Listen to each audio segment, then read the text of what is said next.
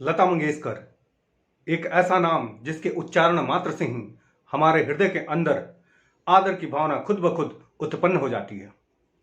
लता मंगेशकर जी ने अपनी तालीम, अपने अभ्यास एवं अपनी साधना के बदौलत संगीत के क्षेत्र में एक ऐसा मुकाम हासिल किया जिसकी वजह से संगीत के क्षेत्र में उनको सरस्वती का रूप माना गया।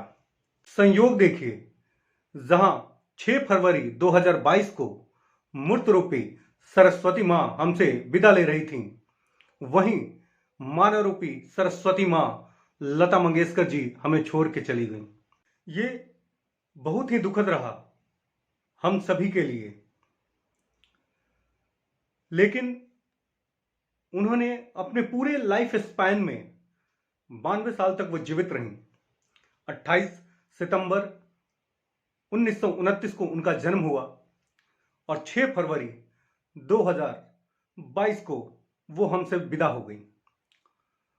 लेकिन इस पूरे लाइफ स्पैन में उन्होंने जो हमारे लिए छोड़ा है वो अतुलनीय है।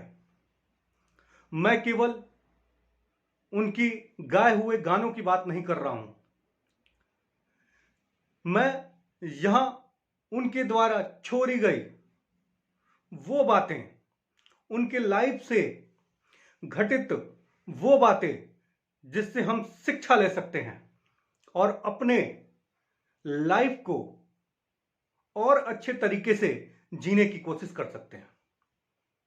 जी हां, लता मंगेशकर जी जो हमारे सरस्वती मां तुल्य थीं, उन्होंने बहुत सारी ज्ञानवर्धक बातें अपने लाइफ के द्वारा, अपने जीवन के द्वारा हमारे सामने, हमारे समकक्ष प्रस्तुत किया है, जिसे हमें समझना होगा। ऐसी कुछ चंद बातों को मैं आपको बताने जा रहा हूं, क्योंकि सारी बातों को शब्दों में पिरोना नामुमकिन है। जी हां, उनके हर एक सांस से हमें शिक्षा मिलती है, लेकिन कुछ चंद बातें जो हैं उनमें पहला ये है कि उन्होंने अपने लाइफ के द्वारा, अपने जीवन के द्वारा हमें ये बताया कि चाहे कितनी भी विषम परिस्थितियां हों, हमें अडिग रहना चाहिए, हमें घबराना नहीं चाहिए। जब वो मात्र 13 साल की मासूम बच्ची थीं, तब उनके सर से उनके पिता का साया छिन गया। मात्र 13 साल की उम्र में वो पिता के साये से वंचित हो गई।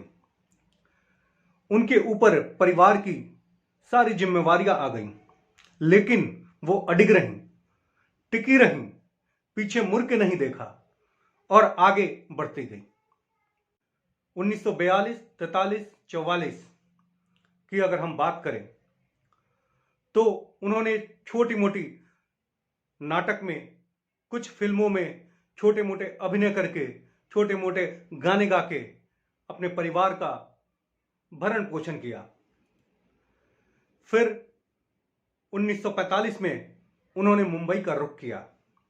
मुंबई जो कि पुराना बॉम्बे कहलाता था, वहां पे मेंटर के तौर पे उन्हें गुलाम हैदर जी मिले। गुलाम हैदर जी की देख रेख में वो अपना काम जारी रखी।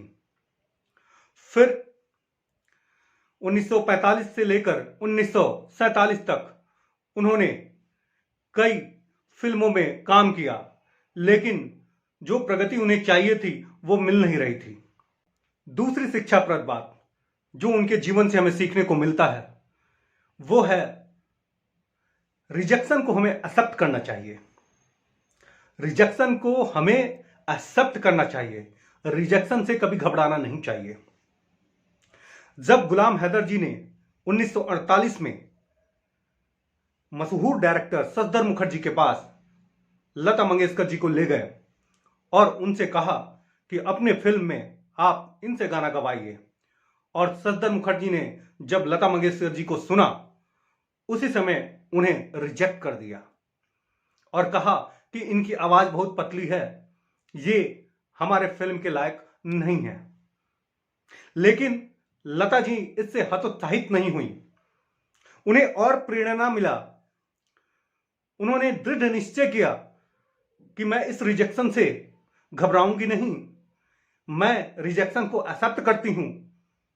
और साथ साथ गुलाम हैदर जी, जो उनके मेंटोर थे, उनका ढाढ़स बंधाया और कहा कि एक दिन ऐसा आएगा कि सारे डायरेक्टर तुम्हारे पास आएंगे और कहेंगे कि मेरे फिल्म में तुम गाना गाओ। इस बात को लता जी ने अपने दिल से लगा लिया और अपनी अभ्यास की जो समय सीमा थी उसको और ज्यादा बढ़ा दिया, साधना में और ज्यादा लीन रहने लगी वो। इस घटना के बाद हम थोड़ा और आगे बढ़ते हैं तो लता जी के द्वारा, उनके जीवन के घटित घटना के द्वारा हमें और ज्यादा शिक्षाप्रद बातें सीखने को मिलती है। उन्होंने जो एक और बात बताई जो हमारे जीवन में बहुत ही आवश्यक है, वो ये बताया कि हमें अपना रास्ता खुद बनाना चाहिए, हमें अपना पाथ खुद ढूंढना चाहिए। जी हां, लता जी भी उस समय की मशहूर गायिका नूरजहां और शमशाद बेगम से ज्यादा प्रेरित थी और लता जी भी उन्हीं के पैटर्न पर गाया करती थी।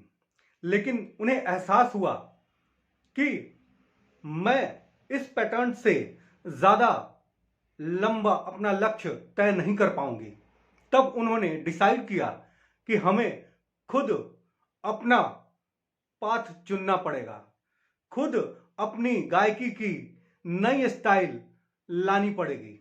और उन्होंने ऐसा ही किया, अपना गाने का एक अलग अंदाज स्टार्ट किया, जिसका रिजल्ट हमें देखने को मिलता है बहुत चर्चित फिल्म महल का वो सॉन्ग जो फिल्म अभिनेत्री मधुबाला जी के ऊपर फिल्माया गया था, आएगा आने वाला, आएगा आने वाला।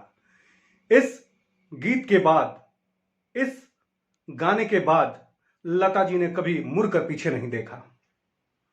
उसके बाद हम अगर और आगे बढ़ते हैं तो लता जी हमें यह संदेश देती हैं, हमें यह बताती हैं कि चाहे लाइफ में आप कितने भी बड़े बन जाओ, कितने भी बड़े ओहदे पे पहुंच जाओ, लेकिन कभी भी अपने सादगी को, अपने उदारपंता को छोड़ना नहीं।